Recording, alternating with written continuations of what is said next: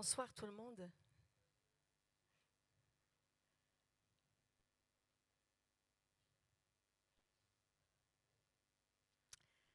Ce soir, j'aimerais vous parler de la présence du Saint-Esprit. Et pour cela, je vais commencer dans un texte de la Bible, dans Matthieu 25. Vous pouvez prendre vos Bibles dans Matthieu 25, il s'agit de la parabole des 10 vierges, ou 10 jeunes filles, ou encore 10 demoiselles d'honneur. En fait, le contexte historique de cette parabole, c'est qu'à l'époque, il y avait Matthieu 25.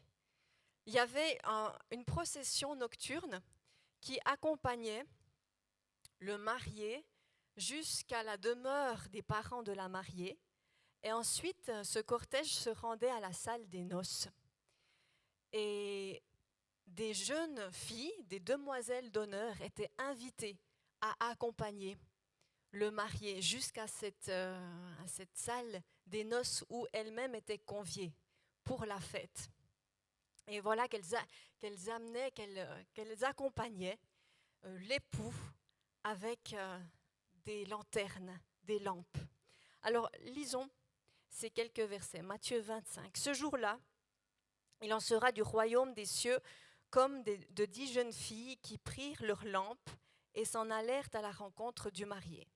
5 d'entre elles étaient insensées, les 5 autres étaient avisées. Les jeunes filles insensées prirent leurs lampes sans penser à emporter de réserve d'huile. Mais celles qui étaient avisées prirent avec leurs lampes des flacons contenant de l'huile. Comme le marié se faisait attendre, elles s'assoupirent toutes et finirent par céder au sommeil. À minuit, un cri retentit. « Voici l'époux, allez à sa rencontre !» Toutes les jeunes filles se levèrent et préparèrent leurs lampes. Alors les jeunes filles insensées s'adressèrent à celles qui étaient avisées. « Donnez-nous de votre huile, car nos lampes sont en train de s'éteindre. » Mais celles-ci leur répondirent, « Non, il n'y en aurait jamais assez pour nous et pour vous. Courez plutôt vous en acheter chez le marchand. » Elles partirent en chercher. Pendant ce temps, le marié arriva. Celles qui étaient prêtes entrèrent avec lui dans la salle des noces et l'on ferma la porte. Plus tard, les autres jeunes filles arrivèrent à leur tour, mais elles eurent beau crier « Seigneur, Seigneur, ouvre-nous !» Il leur répondit « Vraiment, je vous l'assure, je ne sais pas qui vous êtes. » C'est pourquoi, ajouta Jésus, « Tenez-vous-en en éveil, car vous ne savez ni le jour, ni l'heure de ma venue. » Dans cette histoire, il y a 3 éléments qui m'ont percuté, qui m'ont marqué. 3 éléments qui constituent cette histoire. Il y a d'abord une histoire de lampe. En grec, c'est lampos, qui veut dire une lampe dont la flamme est maintenue avec de l'huile. Et cette lampe, pour moi, elle fait référence, elle peut faire, et elle fait fortement référence pour moi à Jésus. Parce que Jésus, il dit « Je suis la lumière du monde ». Et Jésus est la lumière et il est aussi la parole. Et dans le psaume 119, il est dit que « Ta parole est une lampe à mes pieds, une lumière sur mon sentier ». Un deuxième élément, c'est l'huile. L'huile souvent est associée dans la Bible au Saint-Esprit. Et puis, un 3e élément, c'est le vase, le flacon, le contenant, la coupe dans laquelle il y a la réserve d'huile. Et là, j'ai l'impression qu'il s'agit de nous comme des coupes, de nous comme des contenants. Il est dit que le Saint-Esprit, il habite en nous, que nous sommes son temple, que notre corps est son temple. Donc c'est comme si nous sommes la coupe, le réservoir du Saint-Esprit. Psaume 23 dit « Tu oins d'huile ma tête et ma coupe déborde ». Et puis le principal sujet de Matthieu 25, c'est donc 10 jeunes filles, 10 vierges. Elles sont toutes préservées, elles se sont toutes préparées, elles se sont toutes abstenues, elles sont pures pour pouvoir officier dans ce cortège pour le marier, pour l'accompagner en tant que demoiselle d'honneur. Et pourtant, elles sont divisées en deux groupes. La parole dit qu'il y a des insensés, des folles et des avisés, des sages. Et c'est le même mot que dans Matthieu 7, où il est parlé de la parabole du fou sur le sable a bâti sa maison et du sage sur le roc a bâti sa maison. C'est exactement, Jésus reprend les mêmes termes pour insensés et avisés. Et donc on a ce groupe de 5 jeunes filles insensées qui n'ont pas pris la réserve d'huile, mais qui ont la lampe. Or, la lampe ne fonctionne pas sans l'huile. Il y a une communion entre la lampe et l'huile. Ici, j'ai pris quelque chose de plus petit, j'ai pris la lampe de poche. Cette lampe de poche fonctionne parce qu'à l'intérieur, il y a des piles. Mais si j'avais pris ma lampe de poche sans pile, il ne se passerait absolument rien. Elle ne fonctionnerait pas, elle ne serait pas utile. Ou si j'étais venue seulement avec les piles, de nouveau, l'huile sans la lampe, il ne va pas se passer grand-chose. Il y a besoin de cette communion entre la lampe et l'huile, entre Jésus et le Saint-Esprit. Il y a besoin, l'un sans l'autre n'est rien, n'a pas cette puissance qu'il doit avoir. Il y a une communion entre l'agneau et la colombe. Et c'est une invitation dans ce texte à savoir, mais où en est ma réserve d'huile? Quand tu lis la Bible, alors que tu pries, comment te sens-tu? Te sens-tu sec? Et tu dis, mais pourtant je lis la Bible. Mais je lis, mais il n'y a rien. Si tu te sens sec, c'est que tu as besoin de l'Esprit Saint et qui vienne et qui remplisse ta coupe. Dans ce passage-là, au verset 10, il est dit, celle qui était prête. Comment est-ce que je me prépare? Qu'est-ce qui qualifie celles qui sont prêtes? Non, ce n'est pas parce qu'elles étaient bien habillées, ce n'est pas parce qu'elles étaient, qu'elles avaient appris un discours ou quoi que ce soit. Ce qui les caractérise dans le fait d'être prêtes, c'est cette huile qu'elles avaient. Elles avaient la réserve, elles avaient suffisamment de communion, disons, avec le Saint-Esprit pour que la lumière puisse éclairer, pour que leur lumière puisse être éclairée. Ce qui caractérise ma préparation, comment je sais si je suis prête, c'est comment est ma communion avec le Saint-Esprit, ma relation avec lui. Quand Jésus dit au verset 13, « Tenez-vous en éveil », il dit, dans d'autres versions, il est dit « Soyez vigilants ». Il y a la parabole et Jésus, il donne une explication à la fin. Il met le doigt sur l'importance d'être prêt, d'être vigilant, de veiller. Ça veut dire de porter une attention stricte, active. Et puis, dans le grec, ça veut aussi dire, en fait, faites attention à l'indolence envers les soudaines calamités destructrices qui peuvent survenir soudain. Ça veut dire ne vous laissez pas à la paresse, parce qu'il peut y avoir des calamités, des catastrophes qui peuvent arriver d'une manière soudaine, des choses que tu ne pensais pas. Tu n'avais pas calculé dans tes plans, ça devait bien se passer, ça devait arriver à un tel moment, etc. Et tu n'es pas préparé. Jésus, il dit, il faut que vous soyez prêts à ce qu'il y ait une chose qui se passe, pas comme vous auriez pensé. Et c'est pour ça que je crois que dans ce texte, il y a une invitation à nous plonger, pas seulement dans la relation avec Jésus, mais avec le Saint-Esprit, parce que les deux fonctionnent ensemble. On pourrait avoir une relation avec Jésus, qui est le Jésus qu'on a raconté dans la Bible, etc. Et puis aujourd'hui, Jésus, il dit, mais en fait, vous avez besoin du Saint-Esprit, parce que le mouvement de l'Esprit pointe toujours Jésus. le mouvement de l'esprit est vers Jésus, est dirigé vers Jésus. Aujourd'hui, on ne peut pas dire « je vis ma vie, voilà, j'ai Jésus et ça me suffit parce que Jésus, il est la porte, il est le chemin, la vérité, la vie ». C'est juste, mais tu ne peux pas le dissocier, tu ne peux pas prendre que Jésus et laisser de côté le Saint-Esprit. Parce que Jésus l'a dit « je m'en vais au Père, mais je vais vous envoyer un autre Paraklétos ». Un Paraklétos, souvent, il est traduit par un autre défenseur, un autre consolateur, un autre avocat, qui sont tous des mots vraiment justes pour le mot Paraklétos, mais littéralement Paraklétos veut dire celui qui est appelé auprès d'eux. Et Jésus, c'est notre premier Paraclète, c'est le premier qui était appelé auprès de nous. Et puis tout à coup, il dit, mais je vais vous envoyer un autre. Et là, l'adjectif qu'il utilise dans l'évangile de Jean, chapitre 16, je crois, c'est l'adjectif allos, qui est très intéressant parce que ça veut dire un autre de même nature. Il est en train de dire à ses disciples, quand il va venir, quand l'esprit de vérité que je demande au Père de vous envoyer va venir, vous allez me voir, vous allez me reconnaître. Parce qu'il dit à un moment donné, vous ne me verrez plus, puis après, vous me reverrez. Et il y a deux verbes différents. Vous ne me verrez plus avec vos yeux, mais tout à coup, vous allez me voir apparaître.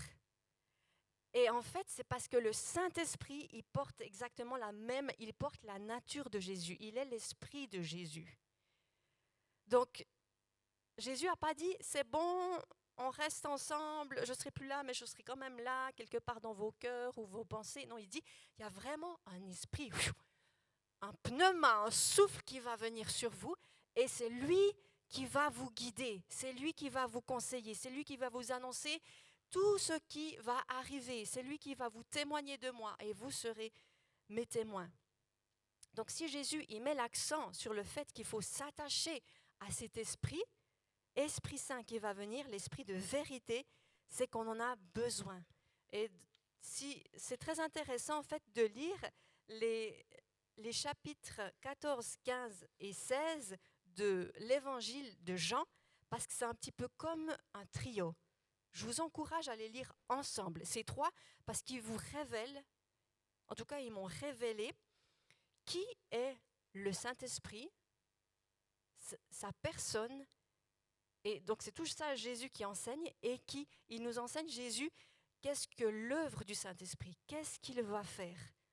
Et alors qu'il dit qu'il va nous envoyer un autre défenseur, eh bien au chapitre 16, donc de Jean 16, 1, il dit « Je vous ai dit tout cela pour que vous soyez préservés de toute chute ».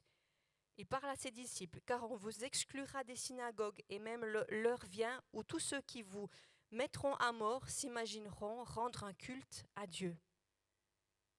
Nous ne sommes pas capables de tenir sans l'Esprit Saint, ni aujourd'hui, ni hier, ni demain. Ce n'est pas un message nouveau pour 2025. Ah, maintenant, il faut vraiment s'attacher au Saint-Esprit parce qu'avant, ça pouvait le faire. Non. Déjà avant, ce n'était pas possible de tenir dans la vie, dans la foi que Dieu veut pour nous, jusqu'au retour de Jésus sans le Saint-Esprit. Ne négligeons pas le Saint-Esprit, il n'est pas le remplaçant de Jésus. Il ne remplace pas Jésus. Il le rappelle. Le Saint-Esprit appelle de nouveau Jésus en nous. Il rend Jésus vivant et présent pour nous aujourd'hui. C'est l'œuvre du Saint-Esprit. L'Esprit qui est invisible, il rend Jésus visible spirituellement et tangible. Ça, c'est l'œuvre du Saint-Esprit pour nous aujourd'hui. Ce n'est pas juste une histoire d'avoir Jésus et c'est bon. La parabole, elle nous dit il faut la lampe et l'huile. Et si on est sec, si on manque de cette présence aujourd'hui, c'est une histoire du Saint-Esprit qu'il faut aller chercher. Parce que le plan de Jésus pour toi c'est de marcher avec toi 24/7 par le Saint-Esprit. C'est ça qu'il a prévu. Il a dit, ok, il y a la grande mission, soyez mes témoins jusqu'au bout de la terre. Il y a le grand commandement, aimez-vous, le commandement de l'amour. Et il y a le cœur de Jésus, c'est de marcher avec nous. Jésus, je dis bien Jésus. Comment il peut marcher avec nous? C'est par justement le Saint-Esprit, cette relation avec le Saint-Esprit. Il veut toujours être avec toi. Et ça, c'est quelque chose qui m'a percuté alors qu'on était en vacances et qu'on visitait une église en Suède. Et ce n'était pas en lien avec la prédication de ce jour-là, mais Jésus est venu et il m'a dit, Claudia, je veux toujours être avec toi. Je suis pas comme si je t'avais donné une boîte à outils en te disant, voilà Claudia, tu as les outils, je t'explique à quoi ils servent. Si tu as bien écouté, tu vas te débrouiller, ça ira très bien. Maintenant, tu as la boîte à outils, tu peux te débrouiller. Non, il me dit, Claudia, je veux être avec toi tout le temps, tout le temps. Te parler, te consoler, te prendre dans mes bras, etc. Et ce qu'il veut nous donner, c'est sa présence. Jésus veut nous rendre dépendants de lui. Oh, dépendants. Alors qu'on vit dans une société qui bannit la dépendance. Il faut faire très attention, il faut se débrouiller soi-même, il faut développer beaucoup d'aptitudes pour pouvoir tout seul gérer plein de situations. On a développé beaucoup de gadgets qui nous permettent même de faire nos courses finalement sans devoir avoir besoin de quelqu'un. On peut nous-mêmes encaisser et vivre complètement isolés. Et c'est vrai qu'il y a des choses très mauvaises dans la dépendance, comme qui peuvent nous pousser à la codépendance, qui sont des choses extrêmement malsaines et qui nous pourrissent à l'intérieur. Mais Jésus, c'est lui qui nous dit, je veux que tu sois dépendant de moi. Et Jésus, Dieu est celui qui a créé le ciel et la terre. C'est celui qui t'a formé. Et c'est lui qui te dit, je veux que tu sois dépendant, dépendante de moi. C'est pas n'importe qui, c'est pas un être humain. C'est Dieu lui-même en personne qui veut t'amener dans une relation de proximité où tu peux t'attendre à lui à chaque moment, où tu peux jouir de sa présence à chaque moment. Psaume 27, je demande qu'une seule chose à l'Éternel, c'est de demeurer dans sa maison, de jouir de sa présence, de voir sa beauté, d'admirer sa beauté dans son temple, sa présence. Et il veut me rendre dépendant de lui. Ça brise la mentalité d'indépendance et tous ces mensonges de solitude. Vous savez, ces mensonges qui disent on n'est jamais mieux servi que par soi-même. Au bout du compte, on est tout seul. Il ne faut pas déranger les autres. Tu peux compter que sur toi-même. Je ne sais pas si vous avez eu des fois des pensées comme ça qui vous ont amené dans la solitude. Est-ce qu'il y a des gens qui ont pensé parfois des choses comme ça, puis qui ont collaboré avec ces choses en disant, ok, je ne demande pas. Ok, ça veut aller. Allez Claudia, ça va. T'es une grande fille, tu sais comment faire. Non. Ces mensonges, ils nous isolent. Et ils nous isolent des uns des autres, et du coup, ils nous isolent aussi de Dieu. Ça, c'est le grand truc. Jésus n'a pas dit, vous savez tout, vous avez de quoi tenir, je pense là, jusqu'à mon retour. Ciao, bonne nuit, c'est bon. Et puis, il est parti. Non, il a dit, je vous envoie un autre, le Saint-Esprit.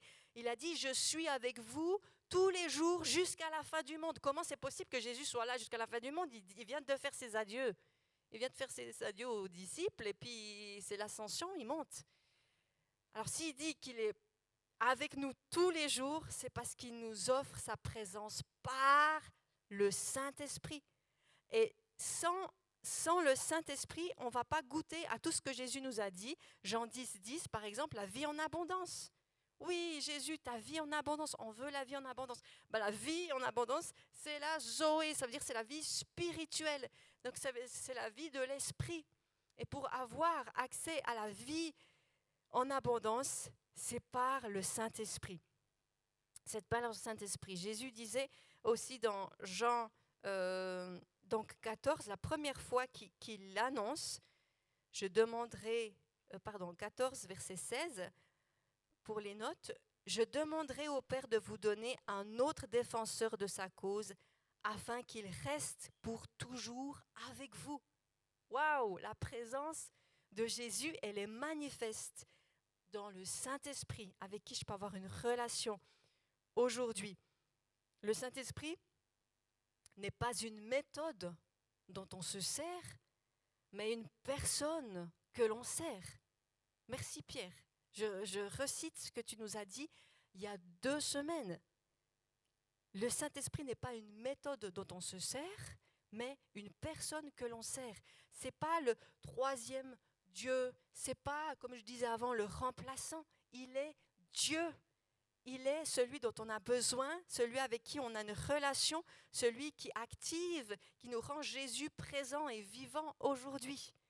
Et il coopère avec le Père, avec le Fils.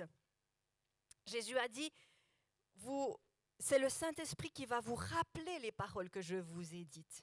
Et il dit, et il faudra que vous vous rappeliez de ceci, de cela, mais il a justement dit, en Jean 14, que le Saint-Esprit allait nous rappeler les choses. Quand le souvenir nous revient, ah oui, ça, c'est le Saint-Esprit qui est en train de nous parler, et on en a besoin. On en a absolument besoin aujourd'hui. Psaume 23, verset 4, qui dit « Quand je marche dans la vallée de l'ombre de la mort, je ne crains aucun mal, car tu es avec moi. » C'est la présence, c'est l'expérience de la présence de Dieu. Et ça, mon ami, il faut que tu chérisses. Ça, c'est plus précieux que les exaucements de prière. Ça surpasse les solutions. Ça surpasse les prières que tu peux faire. Oui, Jésus l'a dit, priez en mon nom, demandez, alléluia, on va chercher. Mais la présence, elle est plus précieuse que tout ce que Jésus peut encore faire, ses miracles, tout ce qu'il peut me donner, etc. Sa présence, c'est ce qu'on rencontre dans la vallée de l'ombre de la mort quand il n'y a plus rien, dans la vallée de l'épreuve, du test. Qu'est-ce qui te reste? La présence. Attache-toi à la présence, parce que tu vas être déçu si tu poursuis les miracles. Autant te le dire. Tu vas être déçu. Ta foi, ça a marché, ça n'a pas marché, c'est pas encore bon. Puis pour finir, tu vas dire, bon, Dieu n'est pas digne de confiance parce qu'il n'exauce pas. Comme il m'avait dit, comme il avait promis, etc. Mais si tu t'attaches à sa présence, tu peux traverser des vallées. Tu peux traverser des épreuves. Et la présence, c'est ce qu'il offre à ses bien-aimés. C'est une facette de lui que tu peux découvrir que dans ces moments creux-là, en fait. Mais la présence, cherche-la pas seulement quand tu es en bas, mais cherche-la en haut. Quand tu es bien, quand tu es dans la joie, nourris-toi de cette communion, de la présence par le Saint-Esprit. Il veut nous rendre dépendants de lui, pas d'un système, pas d'une méthode, pas même d'une parole.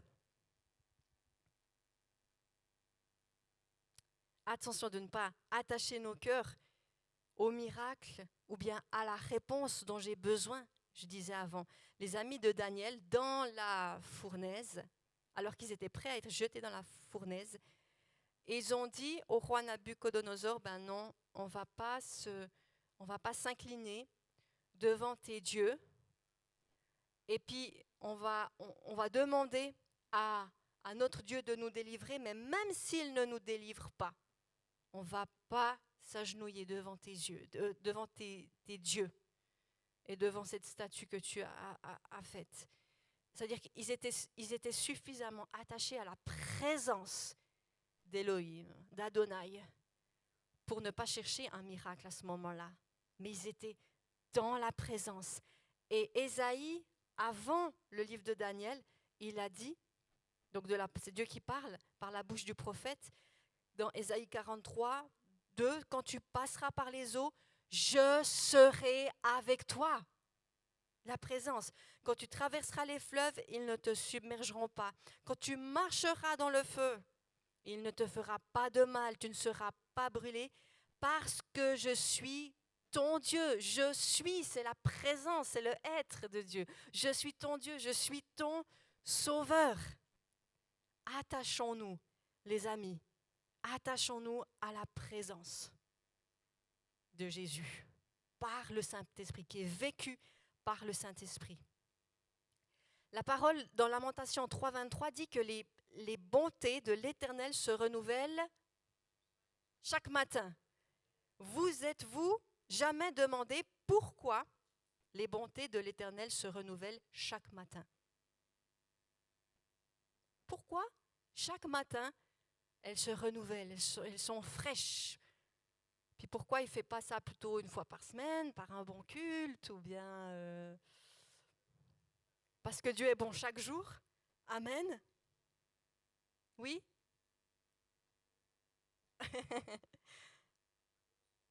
À chaque jour suffit sa peine, parce que tu ne peux pas manger aujourd'hui le pain d'hier. Spirituellement. Moi, des fois, j'ai du pain il tient bien mon pain dans ma boîte à pain. Mais ce pain-là, il n'est pas fait pour être remporté au lendemain. Quand Exode 16, 19, c'est le peuple est dans le désert avec Moïse et puis Dieu fait tomber le pain du ciel. Il y a cette manne qui était comme une espèce de farine, du givre par terre qui venait le matin avec la rosée. Et Dieu a dit à Moïse, tu diras au peuple qu'ils prennent chacun la portion qu'ils ont besoin pour le jour. Et avec ça, ils vont confectionner des gâteaux, etc. Ils vont se nourrir. Donc Moïse a donné les instructions. Et les gens ont pris la portion et au final, ils avaient exactement la portion qu'ils avaient besoin pour ce jour-là. Et puis, ils devaient manger ça et pas garder pour le lendemain. Et il y en a qui n'ont pas joué le jeu et qui ont gardé le lendemain encore cette manne. Et qu'est-ce qui s'est passé? Ça a commencé à sentir mauvais. Il y avait des vers, nous dit la parole. Et Moïse s'est fâché parce qu'ils n'avaient pas obéi à l'ordonnance de Dieu. Et il est dit que chaque jour, il prenait la portion, Dieu donnait cette manne, et puis au moment, il devait aller le matin chercher cette manne, et puis au moment où le soleil venait, ça fondait et c'était terminé. Il y avait un moment précis dans le matin où on venait chercher la manne, chercher la bonté de Dieu. Et cette bonté-là, parce qu'ils ne pouvaient pas en faire des réserves pour une semaine, se dire bah, moi je fais mes courses une fois par semaine, donc je prends la quantité qu'il me faut pour la semaine. En fait, c'est une nourriture divine et pourtant elle pourrissait. Parce que Dieu avait dit c'est chaque jour, chaque matin, vous venez chercher votre pain. Les bontés de l'Éternel se renouvellent chaque matin. La parole d'hier que Dieu t'a donnée, t'a conduite jusqu'ici. Mais maintenant, tu as besoin de la suivante. Tu ne peux pas te reposer sur la parole qu'il t'avait dite il y a X temps en arrière. Maintenant, il y a une parole fraîche pour aujourd'hui. Il y a une direction fraîche. Et ça, c'est que par le Saint-Esprit que tu peux obtenir la parole de Jésus par l'Esprit. Dieu veut t'en conduire plus loin, mais pour ça, tu dois avoir une vie avec lui fraîche, en fait. Une relation fraîche pour aujourd'hui.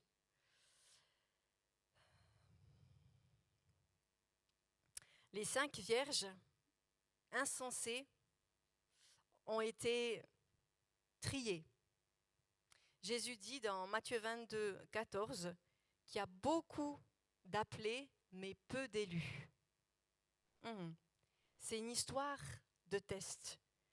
Le Saint-Esprit est pour les élus, mais les élus, c'est ceux qui ont obéi à la parole.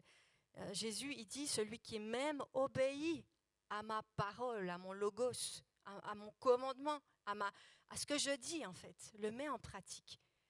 Et c'est là, à ce moment-là, que tu deviens élu. C'est parce que tu obéis à la parole que le Seigneur t'a donnée. Alors, quelle est la parole qu'il t'a donnée? Parce que ça détermine ce choix, en fait. Il y a beaucoup d'appelés, mais peu d'élus. Il y a un test à un moment donné, le test de l'obéissance, le test de l'amour. Et le Saint-Esprit, il se donne, il est don, et il donne des dons pour les élus. Donc, ce soir, je vais inviter le groupe Louange à me rejoindre sur la scène, s'il vous plaît. Et puis, j'aimerais qu'on puisse se poser une question et pouvoir faire un choix, en fait. Mais ce n'est pas le choix entre Jésus ou le Saint-Esprit. Ce n'est pas ça le choix. Tu n'as pas à choisir. Parce que la colombe descend toujours sur l'agneau. Tu comprends ça? Quand Jean-Baptiste, il a vu, au moment du baptême de Jésus, il a vu la colombe, elle s'est posée où? Sur Jésus. Le Saint-Esprit, il pointe toujours Jésus. Le Saint-Esprit, il t'amène à Jésus, il t'amène à le connaître. Si tu veux connaître plus Jésus, si tu veux avoir une relation plus proche avec lui, laisse le Saint-Esprit te conduire à lui. Il va toujours t'amener à Jésus. Le mouvement de l'Esprit est mouvement vers Jésus. Et le Saint-Esprit, il se découvre que dans la communion de lui-même avec un autre. On ne peut pas faire un exposé sur le Saint-Esprit, etc. Si tu veux, c'est une expérience, le Saint-Esprit. Il s'expérimente. Il se vit dans la relation. Et tu n'as pas à choisir entre, en fait, Jésus ou le Saint-Esprit, mais tu as besoin de dire, Saint-Esprit, je veux m'ouvrir à toi d'une manière nouvelle, d'une révélation nouvelle. Parce que l'Église, ça c'est le dernier verset d'Apocalypse, qui dit que l'Église et l'épouse et l'Esprit et l'épouse disent « Viens Jésus ». Ça veut dire que l'Église s'ajuste à l'Esprit et dit « Viens à Jésus ». L'Esprit appelle Jésus.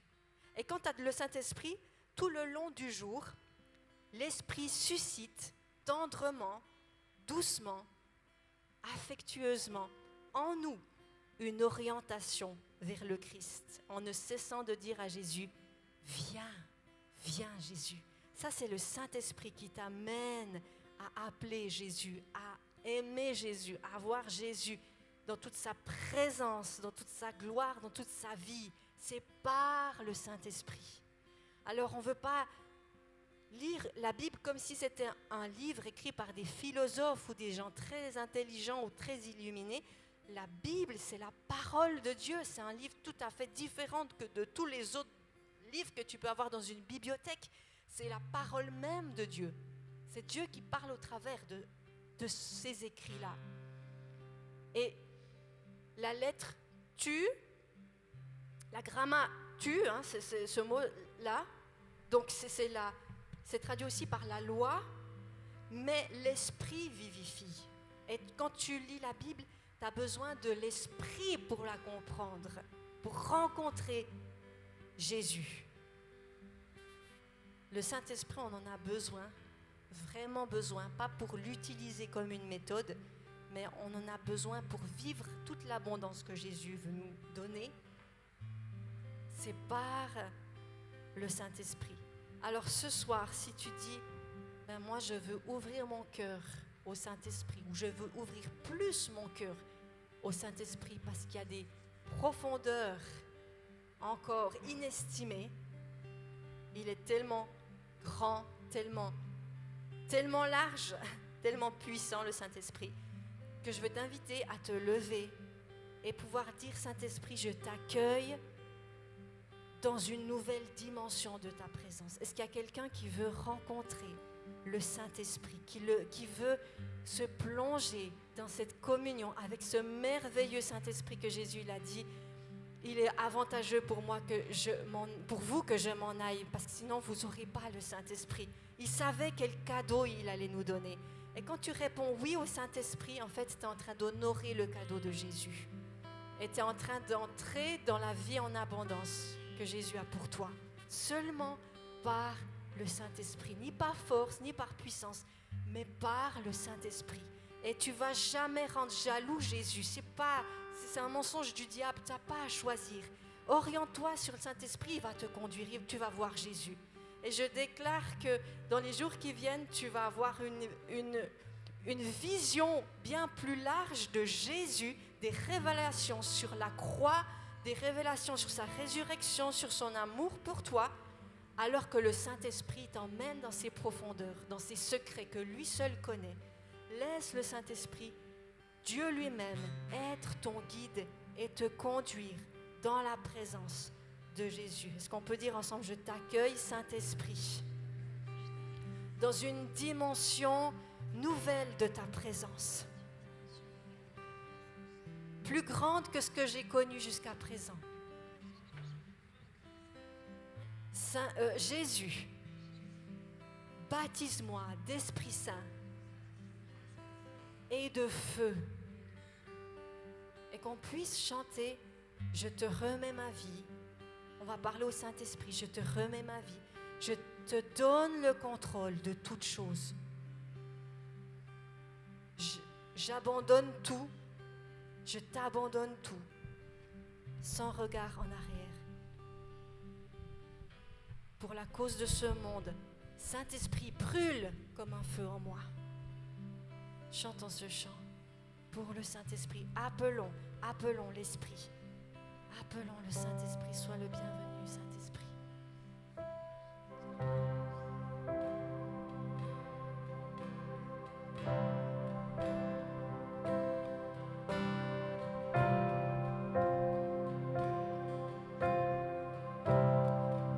Viens, Saint-Esprit. Viens, Saint-Esprit. Remplis nos vases ce soir.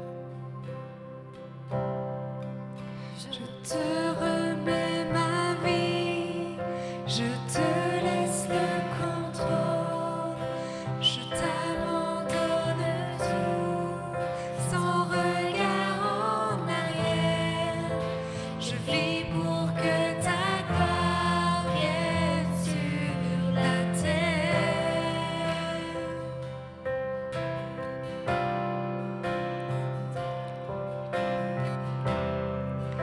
C'était dans mon âme, cette passion dans mon cœur. Viens, Saint-Esprit. Que les nations s'inclinent et que le monde croit. Je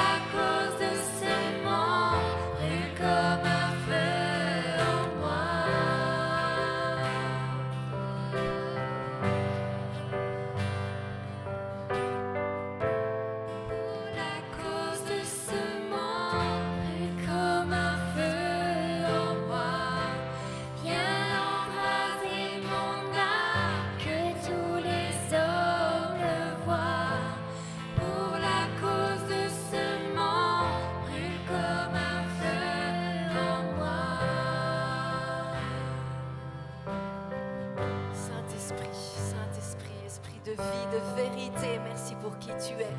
Merci parce que tu ne nous abandonnes jamais. Merci parce que tu nous rends Jésus présent aujourd'hui. Quelle grâce de pouvoir vivre la présence de Jésus. Merci parce que tu es le défenseur de la cause du Seigneur.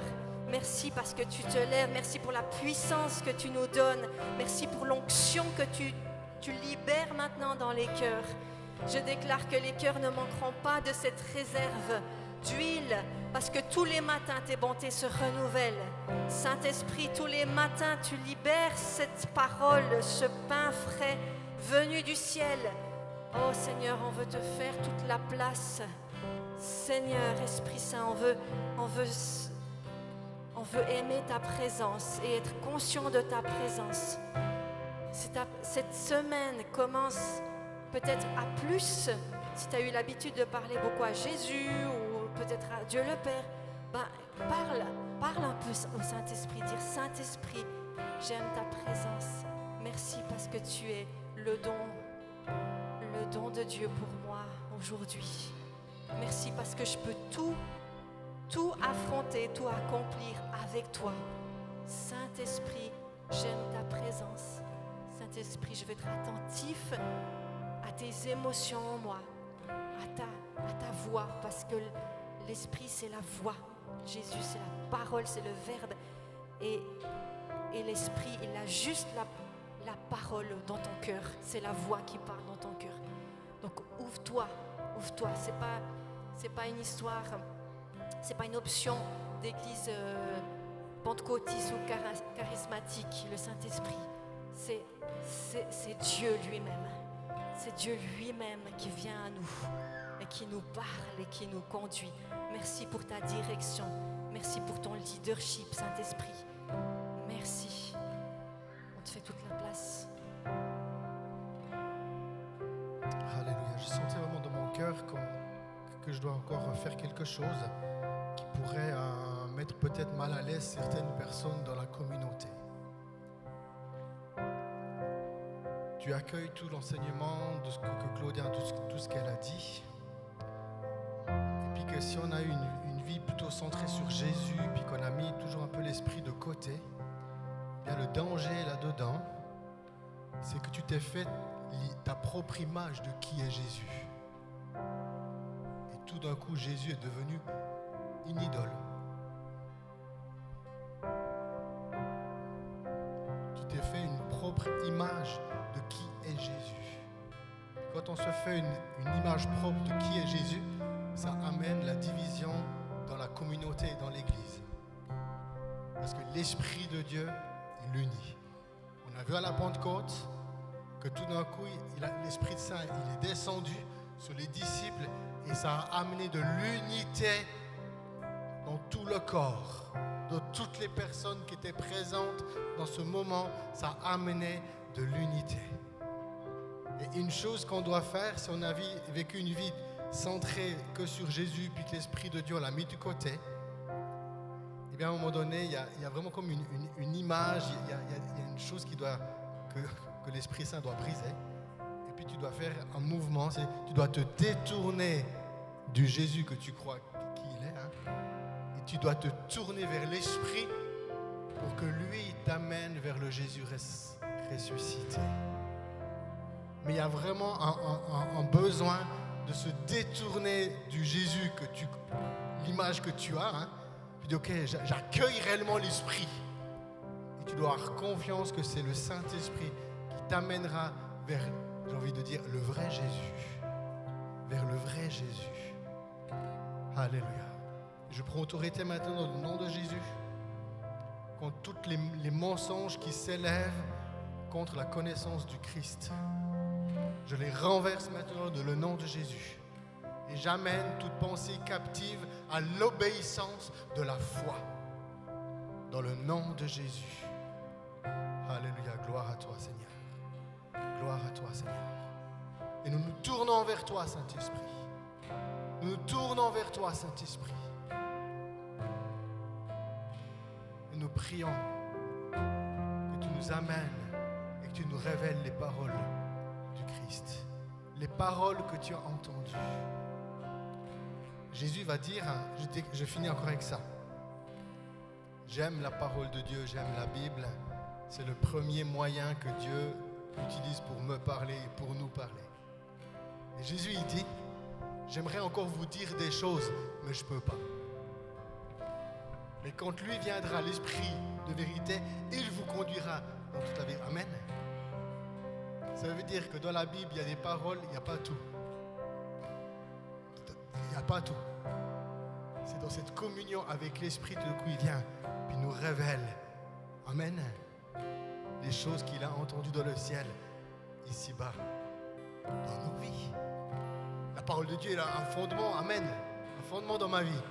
Mais Jésus dit, mais j'aimerais vous dire, mais je ne peux pas. Mais quand l'Esprit de vérité viendra, il vous conduira, il vous révélera tout ce qu'il a entendu et sur la terre. Amen. Alléluia, gloire à toi Jésus. Béni sois-tu. Béni sois-tu. Béni sois-tu. Alléluia. Alléluia. Et je crois, Seigneur, que tu manifestes ta bonté au milieu de nous.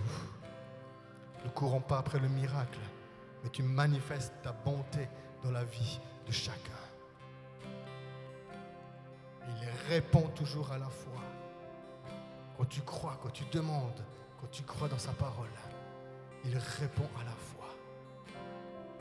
Attends-toi à ce qui se révèle dans ta vie, encore plus profond, encore plus large. Amen. Amen. Merci Claudia pour ton enseignement sur ce merveilleux Saint-Esprit, sur qui il est, comment il fonctionne, comment il veut aussi nous accompagner et pointer vers Jésus.